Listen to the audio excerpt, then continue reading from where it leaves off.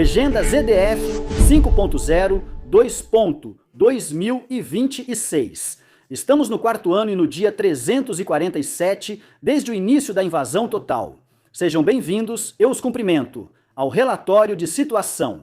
No relatório de hoje, vemos uma crítica séria e vozes contra o comandante ucraniano Siersky, a continuação da guerra ao estilo Stalin, e um ataque ucraniano contra instalações de lançamento russas do míssil Oryshnik, de médio alcance. Dê uma olhada neste soldado russo. O drone sobrevoa uma área com soldados caídos e, de repente, ele reage e começa a atirar no drone. Claro que ele fingiu estar morto, faz sentido, mas por que ele não continuou fingindo por mais tempo? Ou por que ele não começou a atirar antes? O problema é que o drone parece estar mais perto e maior do que estaria se estivesse mais longe, e teoricamente seria mais fácil acertá-lo assim. No entanto, não se pode esquecer que eles costumam explodir, e quanto mais perto estiverem de alguém, maior a chance de essa pessoa se ferir. Mas, pelo que parece neste vídeo, ele errou de qualquer jeito. Drones continuam sendo ajudantes muito úteis. Se a infantaria ucraniana precisasse vasculhar a floresta, alguém poderia fingir-se de morto e até atingir um soldado ucraniano. Aqui também vemos outro drone voando para dentro de um abrigo de um tanque russo T-60 e 2 contra-artilharia. Ele certamente estaria protegido. Mas vocês mesmos podem ver que isso não é uma estrutura provisória, e sim que o abrigo foi realmente construído com bastante esforço. Mas os drones chegam aqui por serem ágeis, diferente de projéteis de artilharia que voam de forma balística. As conversas entre ucranianos e russos novamente não trazem resultados. Por quê? Quase explicarei a seguir. A Rússia continua exigindo o máximo, e a Ucrânia não está disposta a aceitar isso. A Rússia considera o reconhecimento internacional do Donbas como território russo e como parte central de um possível acordo. E assim foi discutido um cessar-fogo. É o que relata a agência estatal de notícias TASS, citando uma fonte familiarizada com as negociações. Segundo isso, é muito importante para Moscou que todos os países realizem esse reconhecimento, o que naturalmente torna essa implementação muito mais difícil. Se nem mesmo a Ucrânia reconhece a cessão do Donbas, como outros países fariam isso? Essa posição destaca para nós, sem dúvida, que a Rússia atualmente não tem intenções realistas de paz. Em vez de falar sobre um cessar-fogo, garantias de segurança ou uma retirada, o Kremlin coloca exigências territoriais máximas como pré-condição, e não para a paz, mas como pré-condição. Não confunda a pré-condição para a paz, que se chama cessar-fogo, e é para um cessar-fogo. Entregar grande parte do território, onde há várias instalações de defesa, esperando paz, é claramente grotesco. Assim, tudo continua como sempre foi. Por que eu disse antes que isso quase não adianta? Bem, sobre o que eles já conseguiram chegar a um acordo rapidamente foi outra troca de prisioneiros, na qual 150 soldados ucranianos e 7 civis foram libertados, que estavam em cativeiro russo. O cativeiro do lado russo está longe de ser agradável. Muitas vezes vemos como os soldados que retornam parecem magros, mas como você pode ver neste vídeo aqui, a reação dos familiares que podem ver seus filhos novamente após mais de 3 anos de incerteza foi enorme.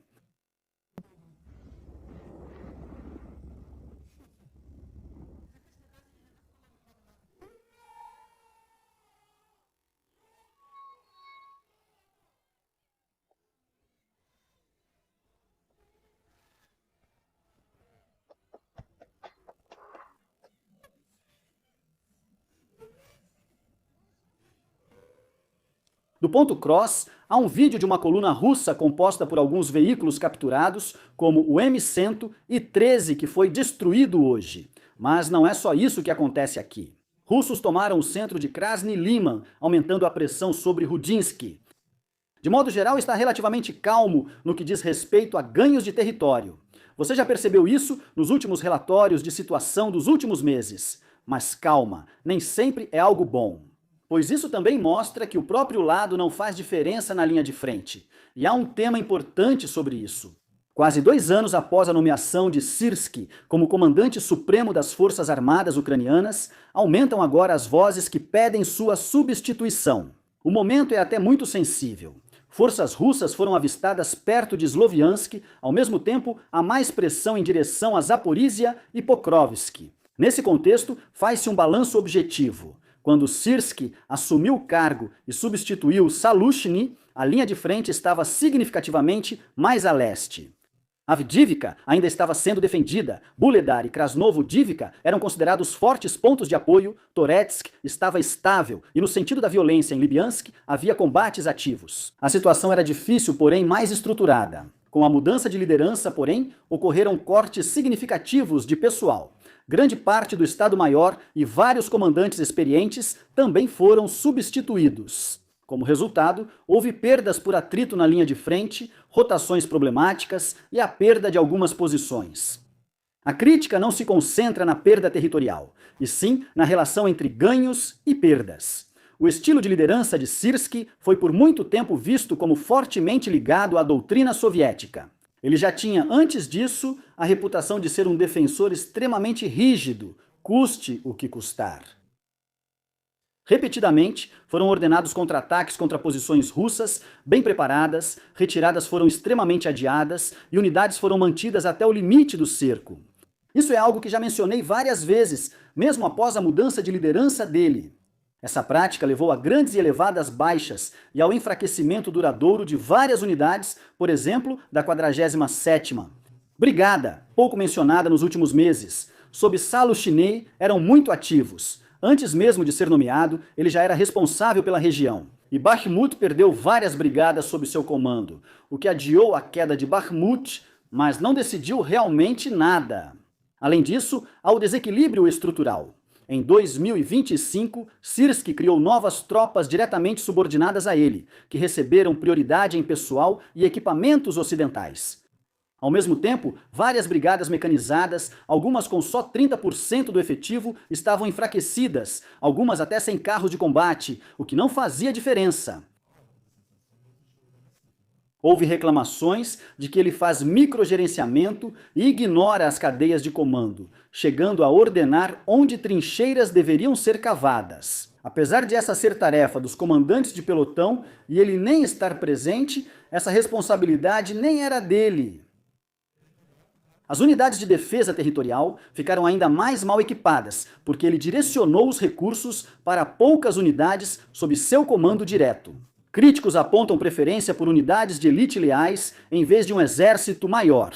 Como ponto positivo, destaca-se a bem-sucedida Operação Kursk. Mas isso foi mais um erro russo que trouxe esse sucesso do que uma operação ucraniana bem planejada sob o comando de Syrskyi.